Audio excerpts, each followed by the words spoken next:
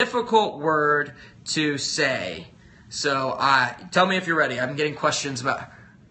Yes, this is my lucky fishing hat. My lucky fishing hat. So, let's get started.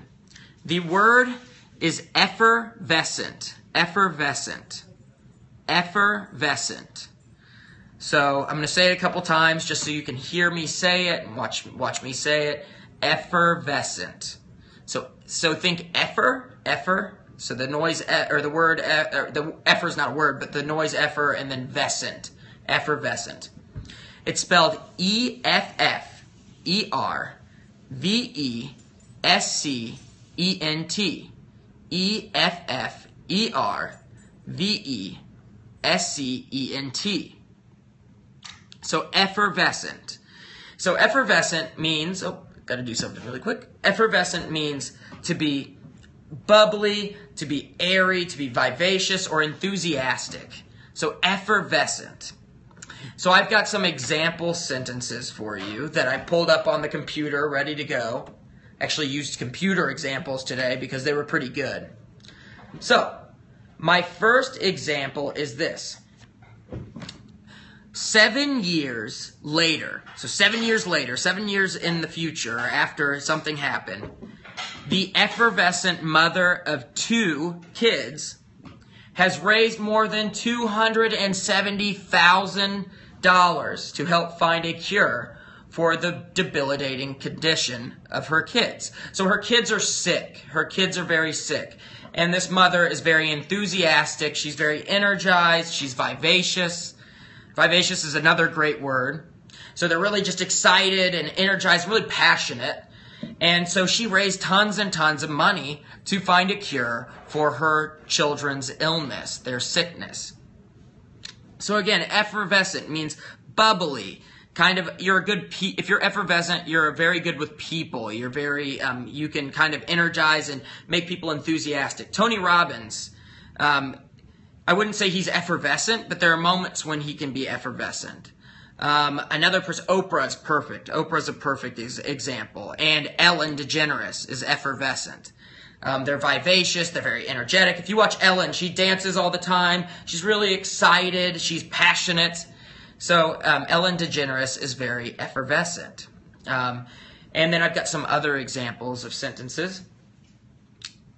Craig Lee, an effervescent 24-year-old with a excitement for sewing, art, and cigarettes. So Craig Lee is an effervescent 24-year-old.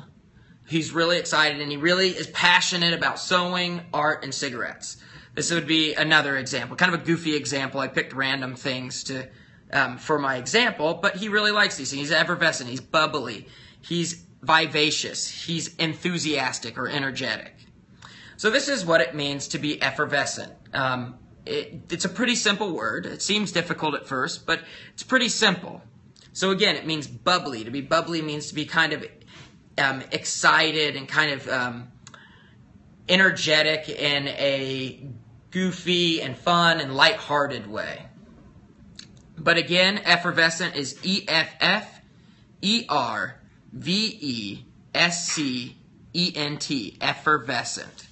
So if you come across it, you know what it means. In the TOEFL exam or the IELTS, or if you see it in university, or you see it, or you hear someone say it, or you hear it at work, someone explaining someone to be effervescent, you will know what it means. So do I have any questions about today's word effervescent? And thank you for the hearts. I love the hearts. Thank you, thank you. I'm trying my best to be effervescent today. An effervescent person. Does everybody get the word? Does everybody understand the word? Yes, it'll be a little hard to remember. So rewatch this lesson. Connect effervescent to someone. So picture someone who's very effervescent. I picture Ellen DeGeneres. Ellen DeGeneres is very bubbly and excited and energetic. So picture someone who's famous that is effervescent, or someone you know that is effervescent, to remember it. So, now that everybody understands effervescent, do I have any questions for today? Do I have any questions? It can be about anything, pronunciation. Oh, awesome. Your spelling skills are getting better. That's the goal, too. You learn by hearing me talk and obviously helping you spell, but typing practice is awesome, too. If you practice writing some of the lessons, practice writing what I say, practice the essays, writing some of the essays, it makes it a lot easier.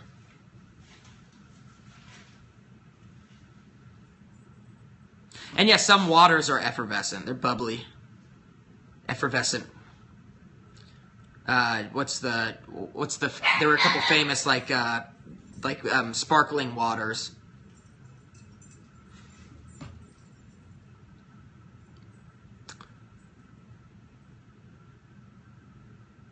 T9 helps a lot in typing, yes.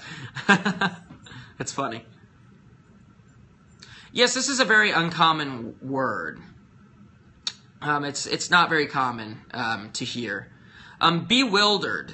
The pronunciation for bewildered. Bewildered. You're bewildered. You're in disbelief. You're stuck. Another word would be flabbergasted. To be bewildered. Flabbergasted. That's kind of a funny word. Flabbergasted. It's almost like you're short of words. You're blown away. You don't have an answer.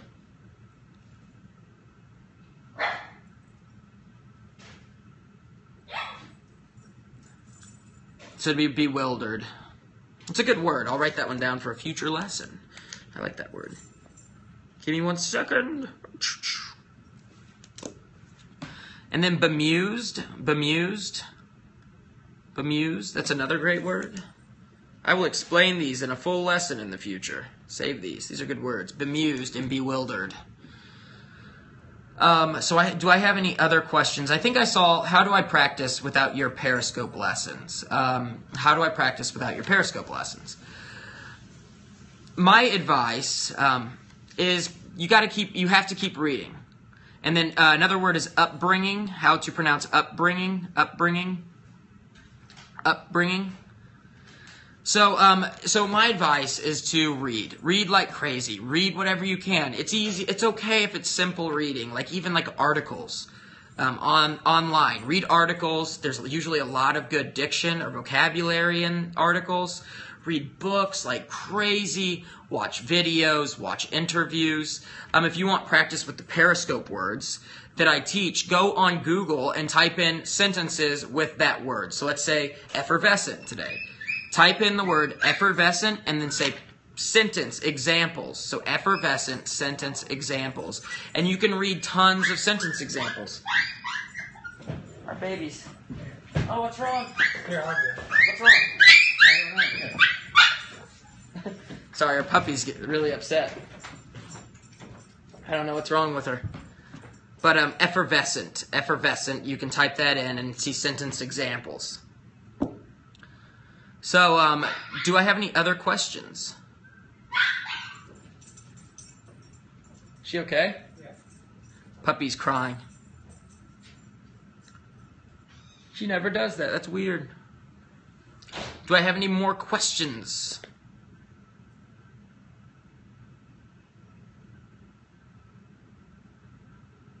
Yeah, she was crying about something. I don't know what she was crying about. She doesn't do that. She might be hurt. We got to take her to go see my sister. My sister is a veterinarian. She works with animals. I'll wait. Any more questions? So I'm going to re-record the words. When will I show the horse barn? It will have to be when I'm back from school because I leave for school tomorrow. I have a wedding tomorrow night, so I will show the wedding tomorrow night.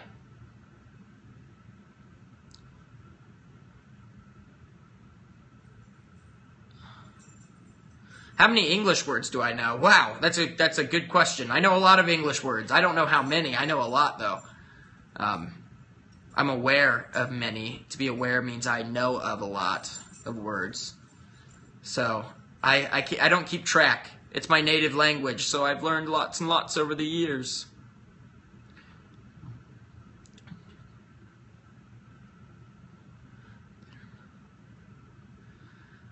So I got 2 questions. Let me write down a note.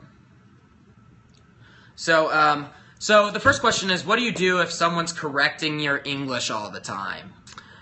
So my dad does this. My dad corrects my English. When I was a kid, my dad corrected my English anytime I said something incorrectly. And it gets annoying. I know. It's really annoying.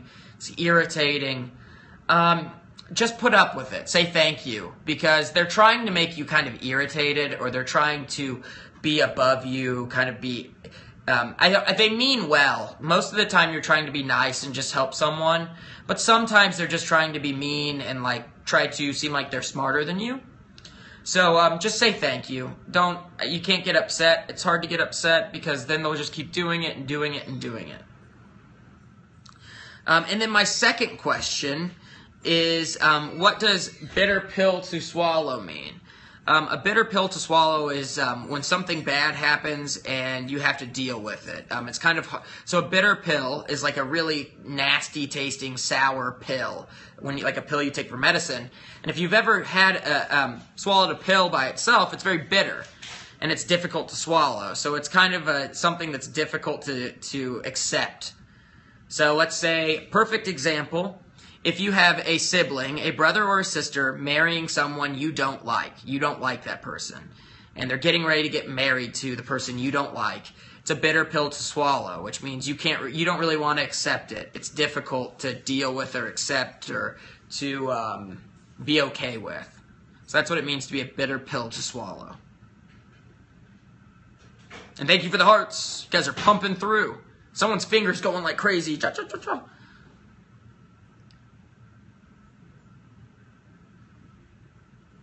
To take something or someone for granted, that means to use them. This means to use them to get something. You're kind of abusing them. So a perfect example would be if you want to get an A on a test, and you know that there's a smart student in the class that you never talk to, you make fun of, and then you realize that he will help, you can use him to get an A. So you use him, you say, oh, we can be friends, and I love you, you're great, and help me study, and then as soon as you get the A, you stop talking to them, you're kind of a jerk to them, you're mean to them. This is using them. You used that person to get an A, and then you just went back to treating them like crap again, not treating them well.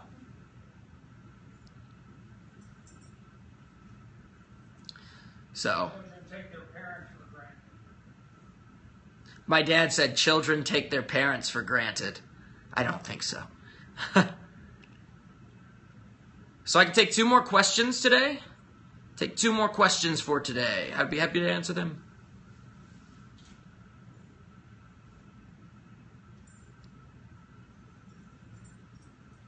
You'll see what my dad's cooking in the kitchen if you guys want to go see. Dad's making a salad in the kitchen. Hello.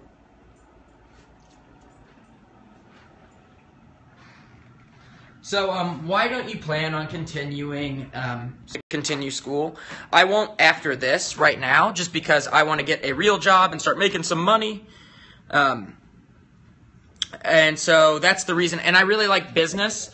And usually business students go on to get their master's degree. And so you have to work a couple years usually before you get your master's degree. I have some friends that went straight to their master's degree, but I want to make some money and pay off any debt I have from school and then go from there. And then I got to ask, am I a teacher? I am. So I guess self-taught by AJ. AJ taught me how to teach English in the way that AJ teaches it. Obviously, I'm a native speaker of English. And I'm actually a business student. I study international business and marketing. But I really like entrepreneurship, leadership, psychology, and teaching English, obviously. So that's what I've kind of made it a hobby and kind of something exciting that AJ and I do together. Kind of like Star Wars, I always explain it. AJ is the Jedi Master, and I am his Padawan learner. I am his young student. AJ's like Yoda, and I'm like Luke Skywalker. And I am in my last year at university.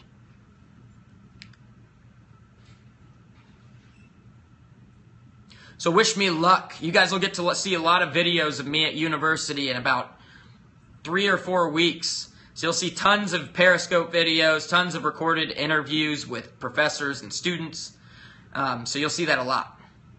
And how old am I? I am 22.